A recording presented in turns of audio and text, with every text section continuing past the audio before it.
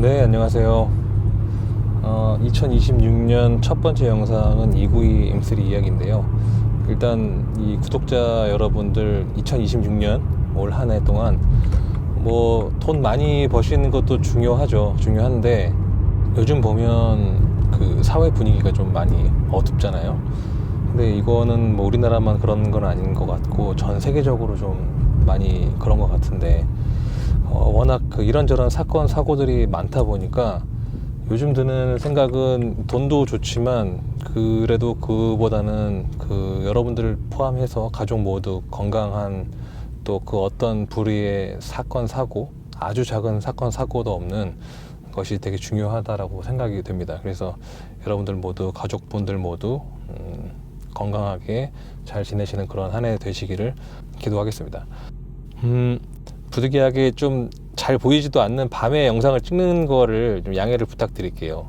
출퇴근하면서 찍고 싶은데 출근하면 이 겨울철에 차를 밖에 세워놔야 되기 때문에 이 차로는 출퇴근을 못 하거든요. 당연히 그 997도 겨울에 외부 주차는 일절하지 않는 관계로 그냥 지하에서 지하로 움직일 수 있을 때만 운행을 하고 있는데, 아무튼 그 뭐 상황이 이렇다 보니까 좀 어두운 화면을 보여드리게 돼서 좀 다시 한번 죄송하다는 말씀 드립니다. 그 지난번에 제가 292 M3 대비해서 997의 장점에 대해서 이야기를 했었잖아요. 이번에는 반대로 997 대비 292 M3가 나은 점에 대해서도 좀 이야기를 해볼까 합니다. 제가 근데 그 292 영상을 몇 개 올렸나 한번 쭉 찾아보니까 2021년 한 5월에 292 M3 10년 시승기 1편이라는 그런 약 한 20분짜리 영상을 올린 적이 있고, 그 이후로도 좀 몇 번 올리다가 비교적 최근인 올해 작년 초에 292를 다시 가져오면서 올린 영상 등 뭐 그런 것들 포함해서 꽤 오랫동안 썰을 좀 풀어놨기 때문에 292에 관련된 내용이 좀 중복이 될 것 같아요. 근데 최대한 좀 중복이 되지 않도록 노력해보겠지만 좀 중복이 되더라도 이것 또한 좀 양해를 부탁드리겠습니다. 네, 좀 서론이 길었는데 본론으로 들어가서 일단 그 997 대비해서 292 M3의 좋은 점은 아무래도 그 엔진 스크래치와 같은 그런 그 치명적인 고장이 없다는 점입니다. 전에 그 포르쉐 스크래치 영상에서 이야기했듯이 그 V8 정도 되는 큰 엔진에 그리고 또 그 90도 뱅크각 엔진임에도 불구하고 이 차 같은 경우는 실린더 스크래치 이슈는 전혀 없죠. 그 대신에 제가 치명적인 고장이 없다고 얘기했지만 사실 있잖아요. 그 유명한 베어링 파손으로 인해서 엔진이 완전 날아가는 그런 위험인데, 뭐 글쎄요, 이런 일을 당한 차주가 좀 쉬쉬해서 그런 걸 수도 있지만 뭐 그런 일을 당한 차주나 차를 실제로 제가 본 적은 없거든요. 근데 포르쉐는 엔진 스크래치로 인해서 엔진이 좀 내려져 있거나 수리를 경험한 차주분들은 꽤 있고 저도 좀 눈으로 확인한 바도 있습니다. 911의 그 스크래치 이슈 같은 경우는 예방이 불가능하잖아요. 근데 예방이 불가능한 그 포르쉐와는 다르게 이 292 M3의 베어링 이슈는 뭐 한 250만 원 선에서 한 300만 원? 뭐 그 정도 선으로 예방이 가능하다라는 점입니다. 당연히 뭐 250만 원 이상이라는 비용이 큰 돈이긴 하지만 그래도 이제 치명적인 이슈를 예방할 수 있냐 없냐의 그런 차이는 엄청난 것이라고 생각해요. 그러니까 앞선 영상에서 292가 좀 자잘한 돈이 훨씬 더 들어간다고 했었는데 그래도 이제 997처럼 핵폭탄이 언제 터질지 모르고 타는 것보다는 자잘한 돈 들여가면서 좀 맘 놓고 탈 수 있다는 점이 그나마 997보다는 조금은 나은 점이라고 할 수 있겠습니다. 근데 뭐 제가 말하면서도 좀 웃기기도 하고 이게 장점이라고 막 어거지를 쓰는 것 같은데 그래도 예방이 가능하다라는 것은 좀 생각보다 좀 큰 장점이라고 꼽을 수 있겠습니다.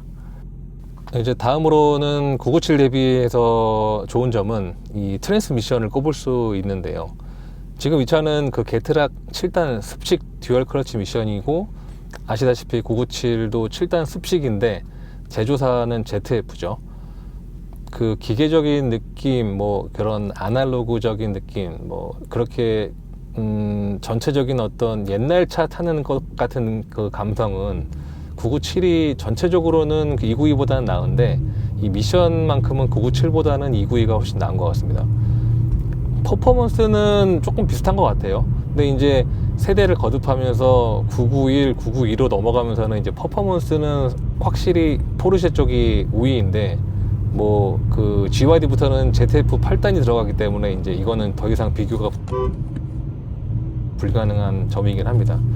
어쨌든 간에 퍼포먼스는 좀 비슷한데 감성에서 좀 차이가 나요. 일단 997 같은 경우는 일반 자동 미션처럼 그 브레이크에서 발을 떼면 차가 전진하는데, 292는 브레이크에서 발을 떼도 차가 전진하진 않습니다. 그 수동처럼 악셀을 밟아줘야지 전진을 하거든요. 그리고 이제 말을 탄다든지 뭐 달그락거리는 어떤 그런 소리가 난다든지 뭐 이런 등등 최대한 그런 수동 미션처럼 느껴지도록 만들어졌다라는 점. 게다가 이 쉬프트 다운 할 때, 네, 근데 지금은 이제 속도를 낼 수가 없어서 보여드릴 수가 없는데, 그 이렇게 막 어떤 절도 있게 막 레브 매칭 해주면서 방방 하면 그런 느낌과 함께 그 기어가 물리는 느낌. 쉬프트 다운할 때 아마 이런 느낌이 나려면은 포르쉐는 사실 카레라 말고 한 GT3 이상 정도 가야지 그런 느낌이 나는 것 같아요.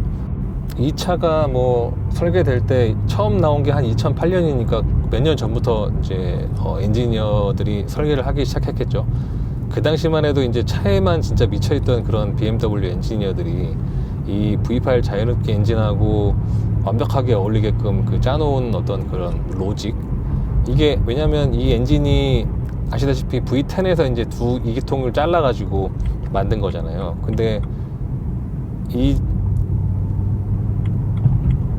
29M3가 나오기 전까지는 이제 듀얼 클러치가 아니었는데, 이 차가 처음으로 듀얼 클러치가 올려진 차량이잖아요. 그래서 아마 그 당시 엔지니어들이 굉장히 많이 신경을 쓰지 않았을까라고 생각을 개인적으로는 합니다.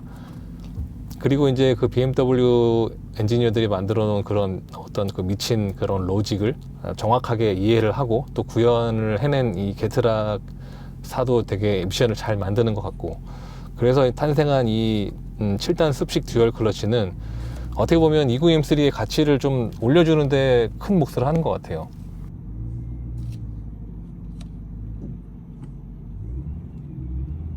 물론 그 F바디까지도 동일한 게트락 7단이 들어가긴 하는데, 아무래도 이 터보랑 조율을 해야 하다 보니까 로직이 좀 달라졌을 것 같고, 그러다 보니까 이제 미션이 같다고 하더라도 292 M3 시절과는 조금 다른 느낌이 있습니다. 그리고 또 참고로 289 G4 35i 후기형 같은 경우도 이제 292 M3 같은 그런 게트락 미션이 들어가는데, 타보면 미션이 완전히 다르죠. 그래서 이 로직이 정말 중요하다는 걸 알 수 있는데, 확실히 292 M3 시절의 로직은 감성적으로는 굉장히 훌륭하다, 이렇게 말씀드리고 싶습니다. 그 자동 미션에서 ZF가 워낙 강세다 보니까 결국 이제 G바디 M에도 ZF 8단이 적용되는 그런 결과를 초래했죠. 만약 G바디 M이 후륜으로만 나왔다면 아마 게트락 7단 DCT를 이어갈 수도 있었을 것 같은데, 그 BMW가 사용하고 있는 그런 플랫폼상 어떤 그 X드라이브와의 조합은 아무래도 ZF 8단이 검증이 되어 있는 그런 플랫폼이다 보니까 ZF 8단으로 결국 간 것 같아요. 그 한간에는 그 게트락 듀얼 클러치가 뭐 출력을 감당 못했을 거라는 말도 있는데, 사실 출력이 문제라기보다는 돈 문제가 아닐까라고 생각을 합니다. 이게 더 높은 출력을 감당하면서 4륜까지 이제 연결을 시켜야 하는 그런 미션을 개발을 새롭게 하려면 비용이 문제였지 않았을까?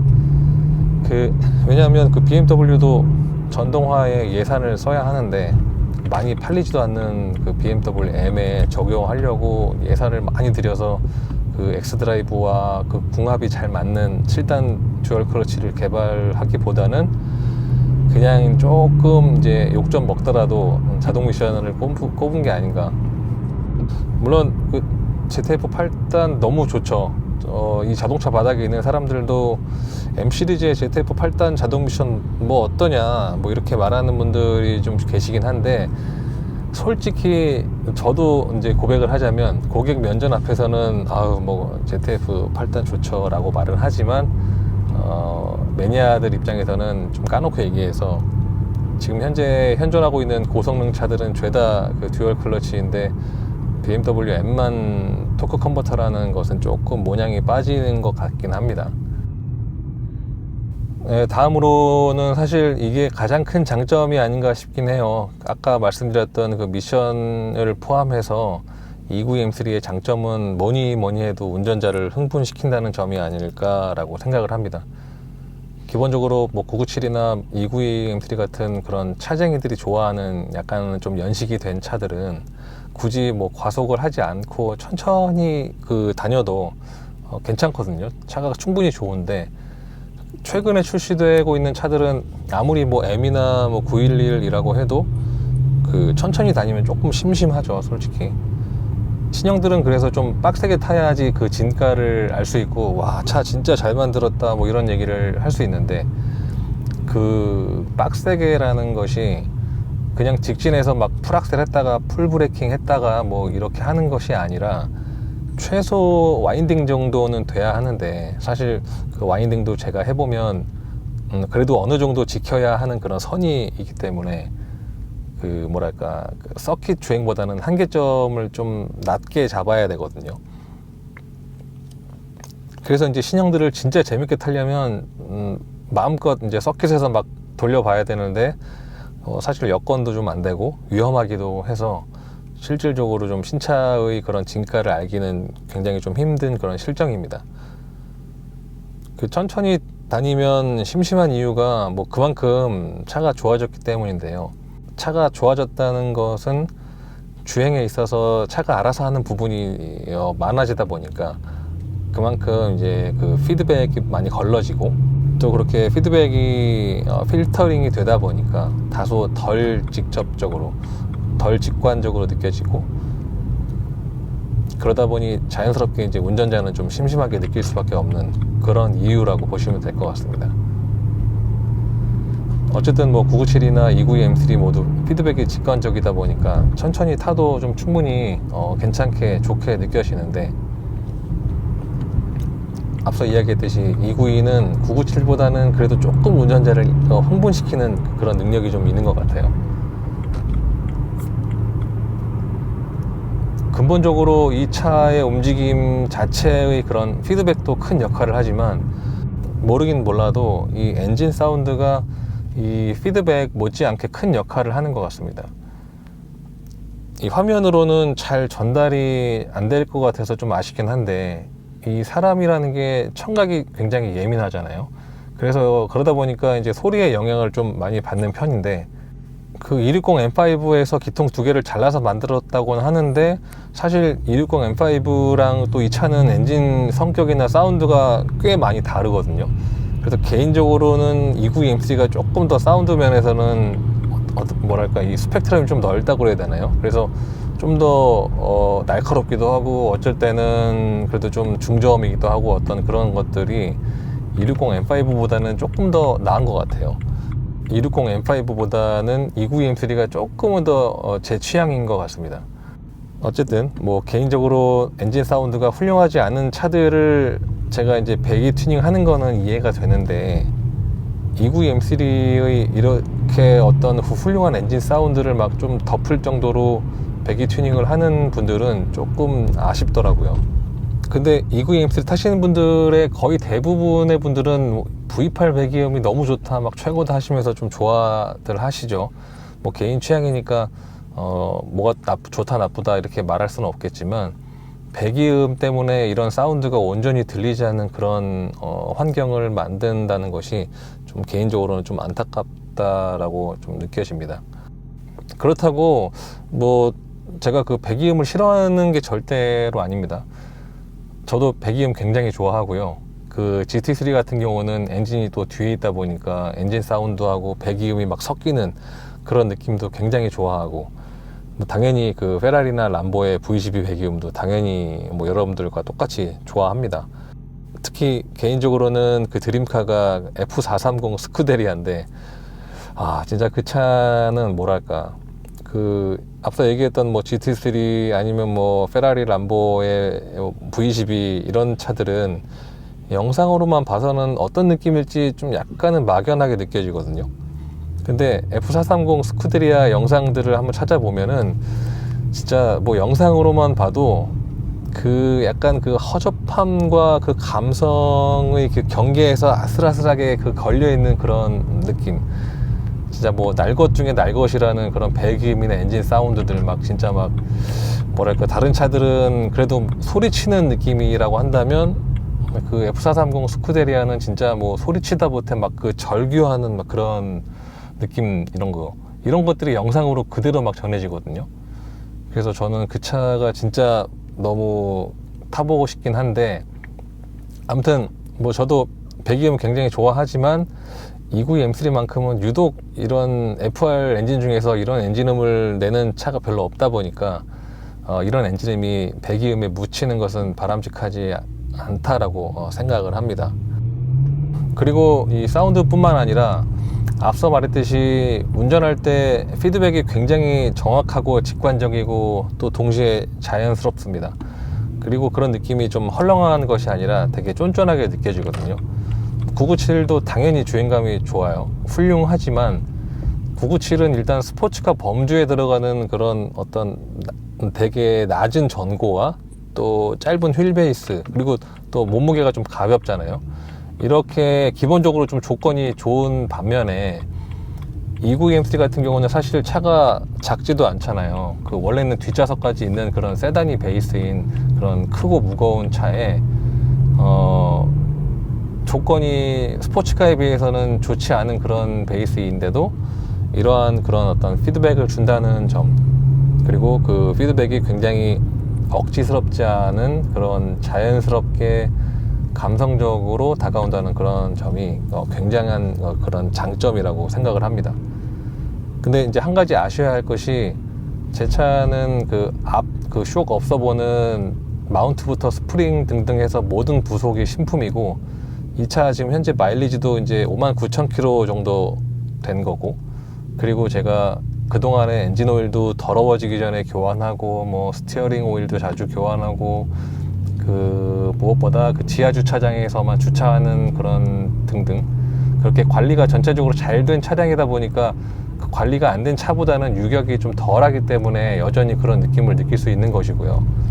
이 차보다 그 컨디션이 떨어지는 차들은 제가 지금까지 말씀드린 그런 느낌들이 좀 덜할 수밖에 없다라는 것도 좀 참고를 하셔야 할 것 같아요. 뭐 제가 이 차 상태가 좋다고 자랑한다기보다는 그 종종 보면은 292 M3 타보고 막 별로라고 이야기하시는 분들도 계신데, 그런 분들이 타신 차는 컨디션이 그리 좋지 못한 차일 수도 있기 때문에 이런 이야기를 하는 겁니다. 그리고 292A가 뭐 별로라고 하시는 분들은 분명 차를 좀 더 강하게 밀어붙이지 못하셔서 그렇게 느끼실 수도 있고, 물론 뭐 무조건 강하게 밀어붙이라는 말은 절대 아닙니다. 뭐 그러다가 폐차하는 사람들 많고, 실제로 292가 사망한 차들이 엄청 많잖아요. 근데 이제 몰아붙이는 이야기를 한 이유는 사람에 따라 좀 차이가 있기 때문인데요. 그러니까 어떻게 말씀드려야 되나, 그 똑같이 나이를 먹어도 어떤 사람은 차쟁이가 되고, 또 어떤 사람은 또 그닥 차에 관심이 없는 사람이 되듯이, 같은 차를 타도 느낄 수 있는 깊이가 좀 다르기 때문에 천천히 다녔을 때는 차가 뭐 이러냐라는 생각을 충분히 하실 수 있습니다. 왜냐면 초반에 되게 더디고 약간 좀 이상한 소리도 많이 나고 막 그래가지고 그런 것들을 못 느끼실 수 있는데, 그래도 이 차를 살짝은 몰아붙인 후에도 차가 뭐 이런가 라는 생각을 하는 것은 거의 불가능하지 않을까 라는 생각을 하기 때문에 뭐 그런 이야기를 해봤습니다. 개인적으로 그 BMW 역사상 그 최고의 스포츠 쿠페가 바로 이 차, 그 292 M3라고 생각을 하는데, 당연히 뭐 동의하지 않으시는 분들도 많겠죠. 그 중에는 그 246 M3를 꼽는 분들도 많이 있을 거고, 뭐 230, 236 제가 그런 걸 안 타봤기 때문에 사실 그 정도 영역까지는 잘 모르겠고, 저도 사실 246 M3를 최고의 M 쿠페라고 꼽는 데는 좀 동의를 하지만, 사실 이 292 M3가 판매량이 전 세계적으로도 굉장히 높았고, 또 그렇기 때문에 그 희소성이 좀 떨어지다 보니까 상대적으로 좀 저평가되는 면이 있다고 생각을 합니다. 저도 당연히 246 M3 좋아하고, 그 차쟁이 여러분들 마음처럼 246 수동 한 대 갖고 싶어요. 그리고 또 디자인도 되게 예쁘잖아요.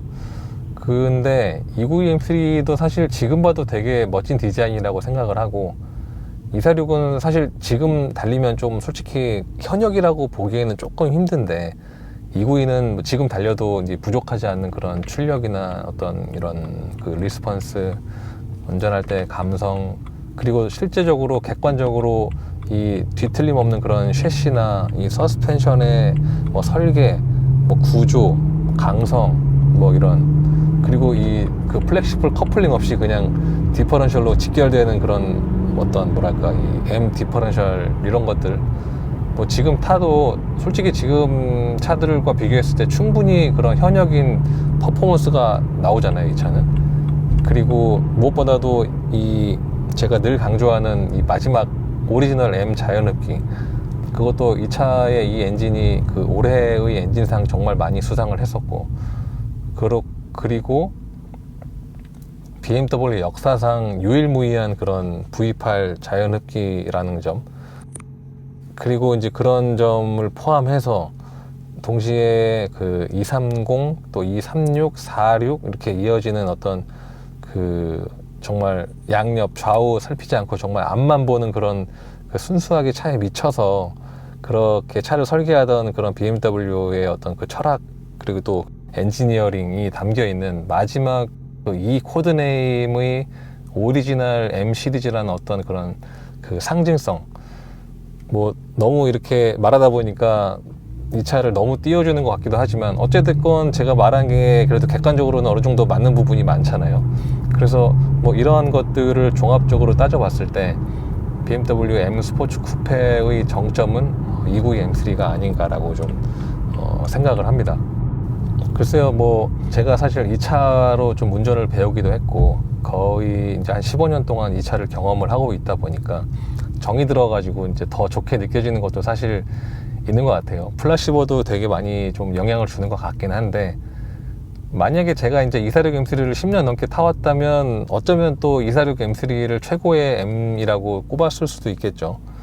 근데 이제 그런 어떤 플라시보나 개인 감정을 최대한 한번 배제해보고 객관적으로 조금 그런 어떤 데이터 같은 거를 좀 냉정하게 생각을 해봐도 확실히 이 차는 깊이 경험해볼 그런 가치가 있는, 그 뭐 BMW 역사뿐만 아니라 자동차 역사를 통틀어도 좀 의미가 있는 차로 아마 남지 않을까 이렇게 생각을 합니다.